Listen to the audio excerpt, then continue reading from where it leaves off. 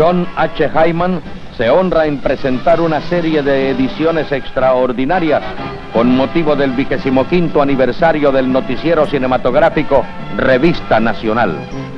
Esta primera edición está dedicada a la épica lucha reivindicadora de Panamá, porque justamente en este momento entramos en la más decisiva etapa de las negociaciones. Fue el 13 de febrero último que el grupo negociador norteamericano llegó a Panamá para comenzar una nueva ronda de conversaciones. La primera desde que el presidente Carter se encargó del gobierno de los Estados Unidos de Norteamérica. El canciller Nicolás González Herrevilla y los principales negociadores panameños dieron la bienvenida al embajador Bunker y al nuevo conegociador Sol Linowitz, y a los demás miembros de la comitiva a su llegada a Tocumen. Saliéndose del acostumbrado patrón, el embajador Bunker optó esta vez en hacer algunas declaraciones públicas en torno al deseo expresado por el presidente Carter de que se llegue a formular prontamente un tratado mutuamente satisfactorio, presentando a la vez al nuevo conegociador Sol Linowitz, quien actuará como representante personal del presidente Carter. La isla de Contadora sirvió de nuevo de escenario a las conversaciones que comenzaron a tempranas horas del día 14 de febrero en un ambiente sereno y quizás algo más formal que los anteriores. Máxime que en Panamá se había recibido con cortés reserva las declaraciones norteamericanas que en enero pasado ocuparon las primeras planas de los periódicos. Aun cuando no se han dado detalles de las conversaciones, ya que éstas se llevaron a cabo a puerta cerrada, es lógico asumir que los negociadores panameños actuaron con cautela. No se trata de intransigencia, como dicen algunos, sino de la amarga experiencia adquirida en 3/4 de siglo de esperanzas frustradas, de promesas incumplidas, de interpretaciones unilaterales y de negociaciones casi sin fin. Con esto en mente, la Revista Nacional presenta esta histórica reseña para que se comprenda mejor la posición de Panamá en las negociaciones y para recordar las patrióticas luchas y sacrificios de muchas generaciones de panameños. El resentimiento y la disconformidad con el Tratado de 1903 no son cosas de última hora. No es un problema creado por la presente generación. Y ya en los periódicos de 1904 se palpa la fuerte reacción del pueblo de Panamá contra ese tratado que ningún panameño firmó. Por ejemplo, en Estrella de Panamá, de octubre de 1904, vemos la traducción de la carta del presidente Teodoro Roosevelt a su ministro de guerra, William Taft. El pueblo de Panamá se ha alarmado sin motivo con el establecimiento de un gobierno en la zona del canal por la Comisión. Aparentemente se teme que se establezca en parte de su territorio una comunidad independiente y competidora que perjudicará su comercio, reducirá sus rentas y disminuirá su prestigio como nación. Es interesante, por decirlo menos, que el mismo Teodoro Roosevelt consideraba la zona del canal territorio panameño cuando dijo: Panamá teme que se establezca en su territorio una comunidad independiente. Y aquí viene ahora lo medular. Nosotros no tenemos la menor intención de establecer una colonia independiente en el centro de la República de Panamá, ni ejercer mayores funciones de gobierno que no sean las necesarias para permitirnos convenientemente y con seguridad construir, mantener y explotar el canal. Presidente Teodoro Roosevelt, hablando en Panamá, 1906. Señor presidente Amador, yo os empeño mi palabra y en nombre de mi país os ofrezco a vos y a vuestro pueblo las seguridades de un cordial apoyo y un tratamiento fundado en las bases de una completa y generosa igualdad entre ambas repúblicas. Como nación soberana, Panamá tiene el innegable derecho al pleno goce de los beneficios que significa el canal. Presidente Franklin Delano Roosevelt, 1936. Habrá perfecta, firme e inviolable paz y sincera amistad entre los Estados Unidos de América y la República de Panamá y entre sus ciudadanos, y el goce pleno de los beneficios de todo orden que el canal debe proporcionar a las dos naciones que hicieron posible su construcción. Presidente Eisenhower, 1959. No cabe la menor duda que Panamá es el soberano titular en la zona del canal. Presidente John F. Kennedy, 1961.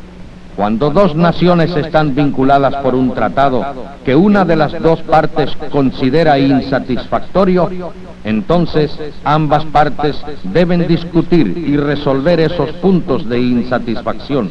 Presidente Lyndon B. Johnson, septiembre 24 de 1965.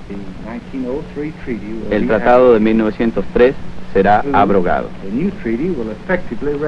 El nuevo tratado reconocerá de manera efectiva la soberanía de Panamá sobre el territorio de la actual zona del canal. Presidente Richard M. Nixon, por intermedio del secretario de Estado Henry Kissinger, el 7 de febrero de 1972 en Panamá. In the President's name, I hereby commit the United States to complete this negotiation successfully and as quickly as possible.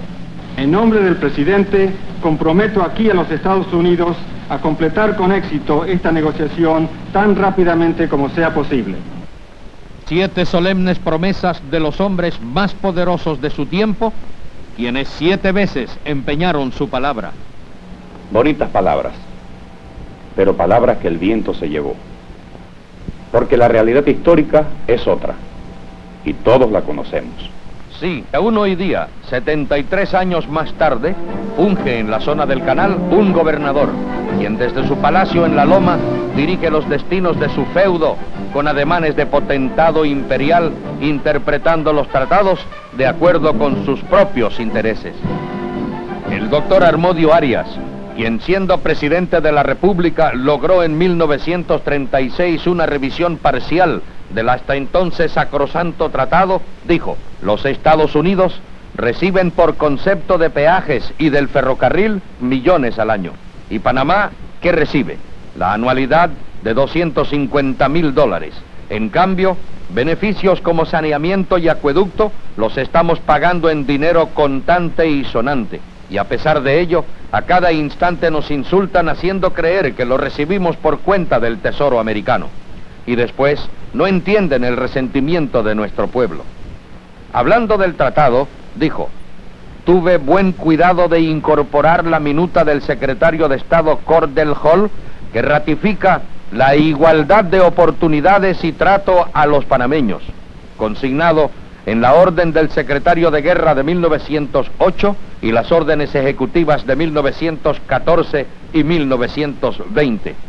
Pero cuando 17 años más tarde, en 1953, el presidente Remón inició nuevas negociaciones, aún no se había cumplido lo convenido de buena fe en 1908, en 1914, en 1920 y 1936, por lo que Remón y sus negociadores insistieron con energía sobre este punto, y hasta en su visita al presidente Eisenhower exigió igual salario por igual trabajo. Tuve que salvar grandes dificultades, y no fue sino el 28 de diciembre de 1954 que Remón pudo presentar a la nación las condiciones del nuevo tratado en su última actuación oficial, ya que balas asesinas cegaron su vida el 2 de enero de 1955. Transcurridas apenas 3 semanas, a las 11 de la mañana del 25 de enero, se firmó el tratado Remón-Eisenhower en el Salón Amarillo del Palacio de las Garzas, siendo los firmantes el presidente Ricardo Manuel Arias Espinosa, el canciller doctor Octavio Fábrega y el embajador norteamericano señor Chapin. Aunque el nuevo instrumento no llenaba todas las aspiraciones panameñas, se habían logrado concesiones que en 1955 parecían magníficas, ya que nadie sospechaba en aquel momento que el cumplimiento de lo pactado iba a demorar aún por largos años.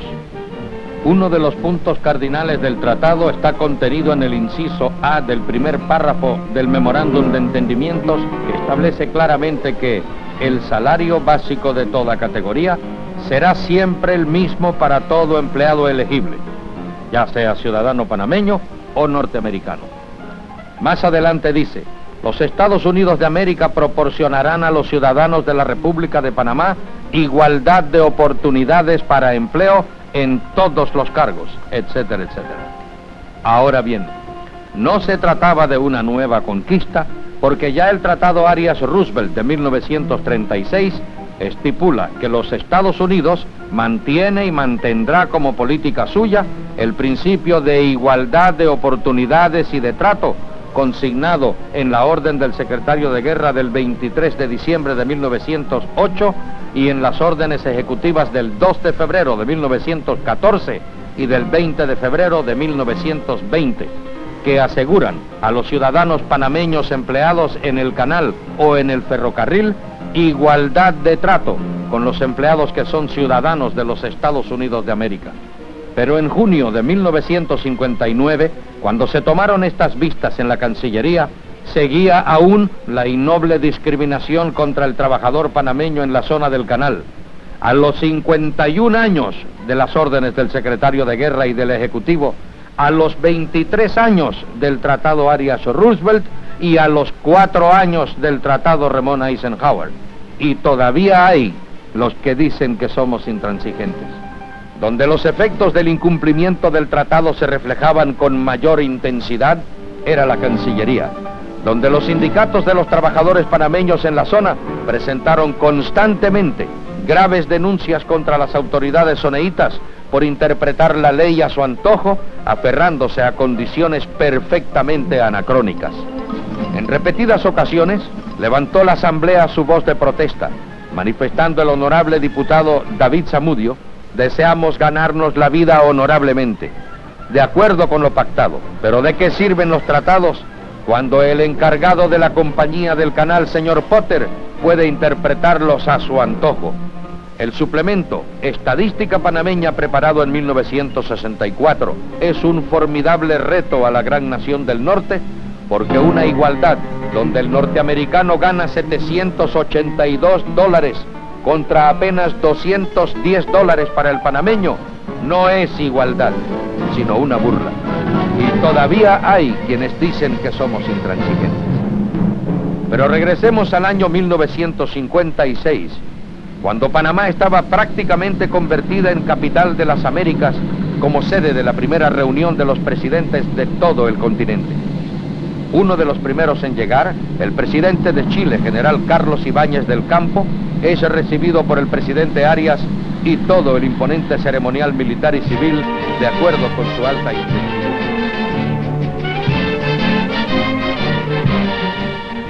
Momentos más tarde, llegó el presidente Magloa de Haití, seguido en rápida sucesión por los gobernantes de las 18 naciones que acudieron a la histórica cita, y ni la inclemencia del tiempo impidió su calurosa bienvenida. El presidente Ruiz Cortines de México, Figueres de Costa Rica, Castillo Armas de Guatemala, Aramburú de la Argentina, Velasco Ibarra del Ecuador,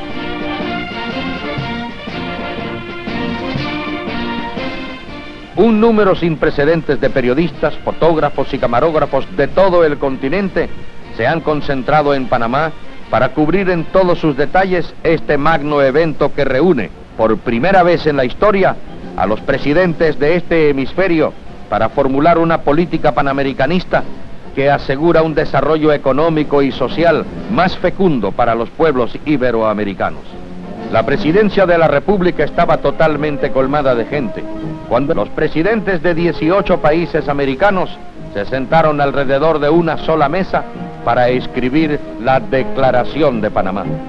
La última página del histórico cónclave se escribió el 21 de junio de 1956, cuando los mandatarios se reúnen frente al venerable Salón Bolívar para firmar el trascendental documento que fija como principio básico que el Estado existe para servir y no para dominar al hombre. Aboga por una mayor cooperación interamericana en la solución de los problemas económicos y pide, con máxima prioridad, la defensa de la dignidad del hombre, sus derechos fundamentales y valores espirituales gravemente amenazados por ideas y fuerzas extrañas. Para Panamá, en constante lucha por su identidad soberana en todo su territorio, ha sido de indiscutible importancia esta cita con la historia en suelo panameño. 24 horas más tarde, logró el presidente Arias que el presidente Eisenhower firmara al fin la ley que autoriza los fondos para la construcción de un puente sobre el canal negociado, acordado y aprobado hace 20 años, para que reemplazara el anacrónico sistema de transbordo o ferry, que se le llamaba así, que impedía una mejor comunicación y desarrollo de nuestro interior.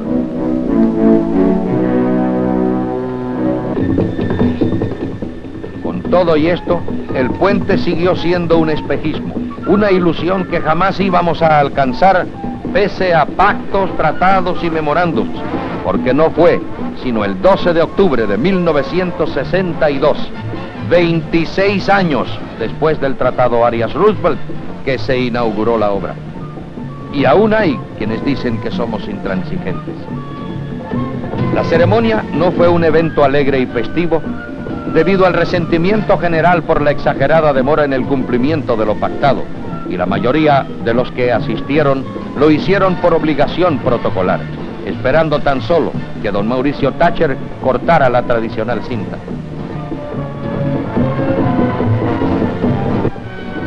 Hasta la simple devolución de los terrenos del ferrocarril se demoró 6 largos años, y no fue sino el 28 de octubre de 1960 que el presidente Chiari pudo observar la salida del último tren de la estación de la Plaza 5 de Mayo a las 3 de la tarde. Sobre esto de los terrenos del ferrocarril hay algo muy curioso. Entre 1913 y 1955, Panamá pagó a los Estados Unidos la suma de $24.440.000 como alquiler de los lotes de Colón y el Marañón, o sea, los terrenos del ferrocarril. Durante ese mismo tiempo, 1903 a 1955, Panamá recibió de los Estados Unidos $16.780.000 en concepto de alquiler por la zona del canal y la concesión del ferrocarril. Es decir, pagó a los Estados Unidos en alquileres de su propia tierra $7.660.000 más de lo que los norteamericanos pagaron a Panamá por la zona del canal y el ferrocarril. Cosas veredes, Sancho. De incumplimiento del tratado habló también el doctor Ricardo J. Alfaro, expresidente de la República, ex magistrado de la Corte Internacional de La Haya y principal negociador del Tratado de 1936, que establece clara y llanamente, al igual que la Declaración Conjunta de 1933, que para el canal pasó el término de su construcción y ahora solo debe considerarse que está en el de su conservación, defensa, etc. Añade el doctor Alfaro que bajo ningún concepto puede considerarse como conservación las nuevas construcciones como el programa del ensanche que a un costo de muchos millones se está llevando a cabo en el canal. No discute la bondad o necesidad de la obra, pero por lo menos debería haberse buscado el visto bueno del socio, en vez de actuar con olímpico desdén de lo pactado, y nos llaman intransigentes. Pero no todos los americanos eran ciegos. El doctor Milton Eisenhower, impresionado por las exposiciones que con máxima franqueza le formuló el presidente de la Guardia en 1958, presentó en Washington recomendaciones constructivas y dignas que desafortunadamente no fueron tomadas en cuenta. ¡Qué lástima!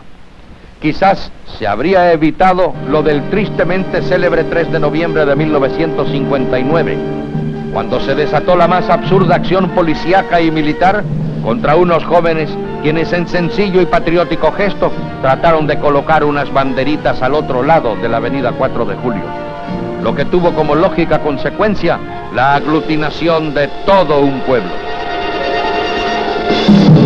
Con chorros de agua, con bombas lacrimógenas, con garrotes y pistolas en mano, se enfrentaron los héroes policías de la zona a ese temible enemigo.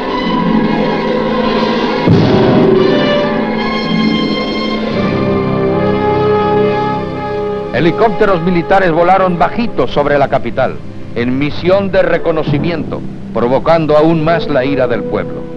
Barricadas de la soldadesca americana dignas de una guerra formal adornaron la gran avenida. Y cada nuevo despliegue de la maquinaria bélica aumentó la indignación de los jóvenes panameños.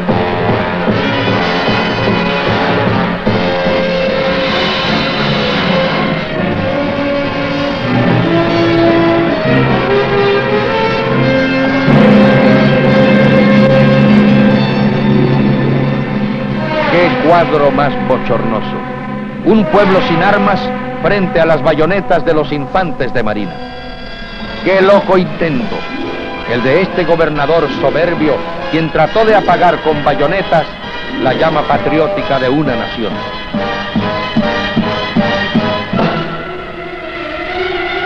Se repitió lo de siempre.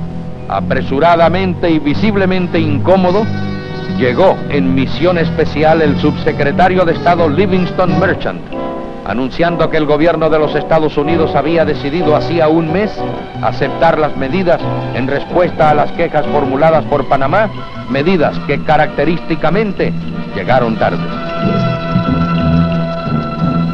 Fue a raíz de estos acontecimientos que en la noche del 26 de noviembre de 1959, el presidente don Ernesto de la Guardia, hijo, pronunció su ya histórico discurso advirtiendo que la perpetuidad no puede ser pactada ni por hombres ni por naciones, porque solo Dios es eterno.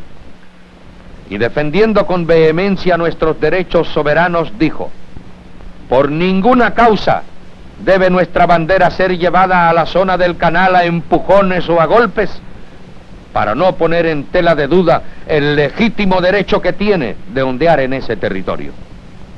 Insistió el presidente, los problemas vinculados al canal deben mantenerse alejados de las disputas y cálculos partidaristas, porque la patria es causa que nos une a todos.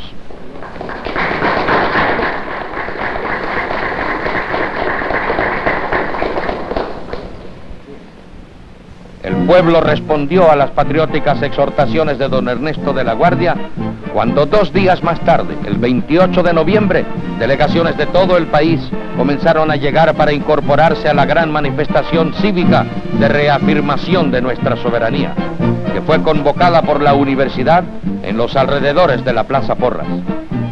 Allí, confundiéndose entre la multitud, estaban diputados, abogados, estudiantes, obreros e industriales, jóvenes y viejos, hombres y mujeres, banqueros, el expresidente Arias, Mota, Oteiza, el doctor Castillero y muchos otros, formando un sólido frente de innegable repercusión internacional.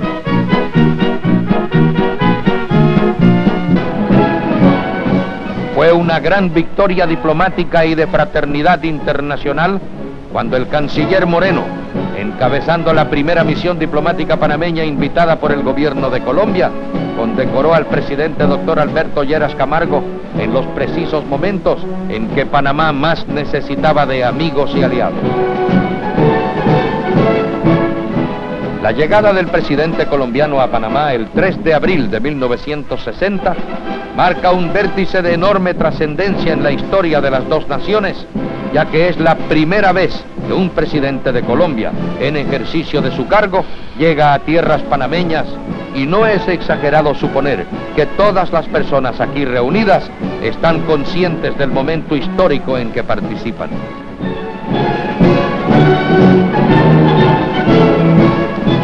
El mismo día, en horas de la tarde, se reúnen los dos mandatarios en el Salón Amarillo de la Presidencia para firmar en solemne ceremonia algunos tratados que estrechan aún más los vínculos que por tradición, por historia y por nexos familiares unen a las dos naciones.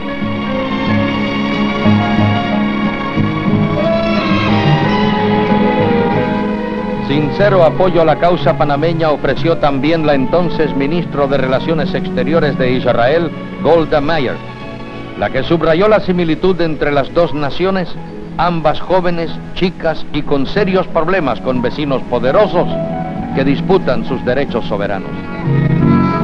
De gran interés fue también el respaldo que ofrecieron tan destacadas figuras políticas americanas como el senador Smathers y el eminente hombre público Adlai Stevenson, quien abogó hasta en rueda de prensa que los soneitas por sus ideas colonialistas sean reemplazados por americanos contratados a plazo fijo.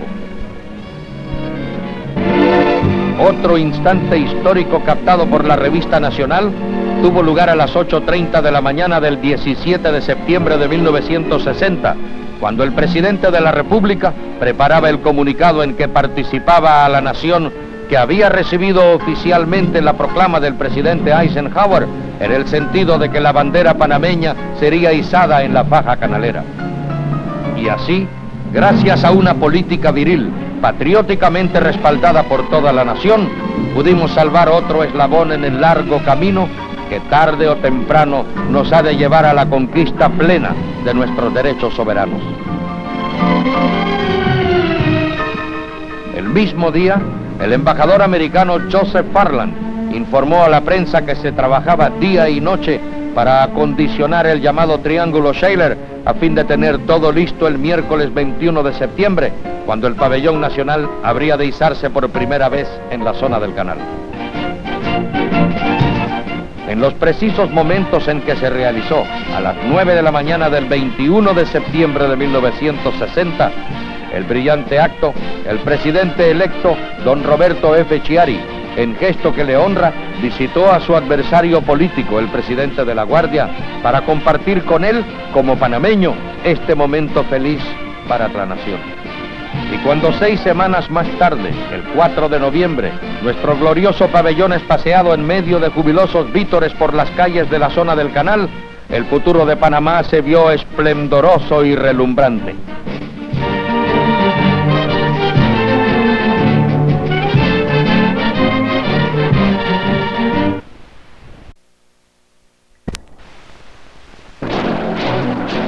Esta impresión se afianzó aún más cuando a fines del 61 el presidente Chiari dio a conocer la invitación del presidente Kennedy para que ambos discutieran los puntos de insatisfacción en el tratado.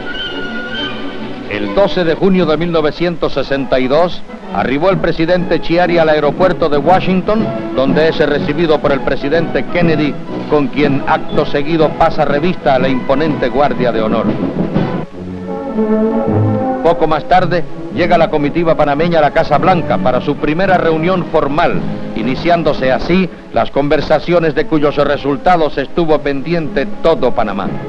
Al principio se presentaron inesperadas y necias dificultades, pero después de 3 días de trabajo se reflejaba en el rostro de los mandatarios la satisfacción por haber encontrado la fórmula que parecía asegurar soluciones positivas.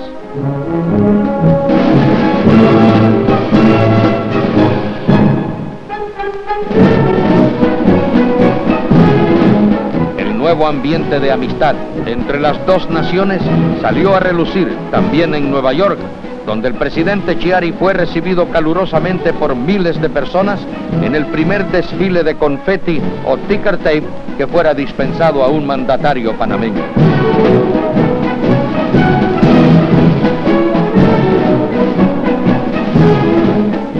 En Panamá se instaló de inmediato la comisión de alto nivel con 2 representantes personales de cada mandatario para estudiar y resolver los puntos de insatisfacción en los tratados vigentes, pero de nuevo ofrecieron oposición los funcionarios del 4º piso del Departamento de Estado.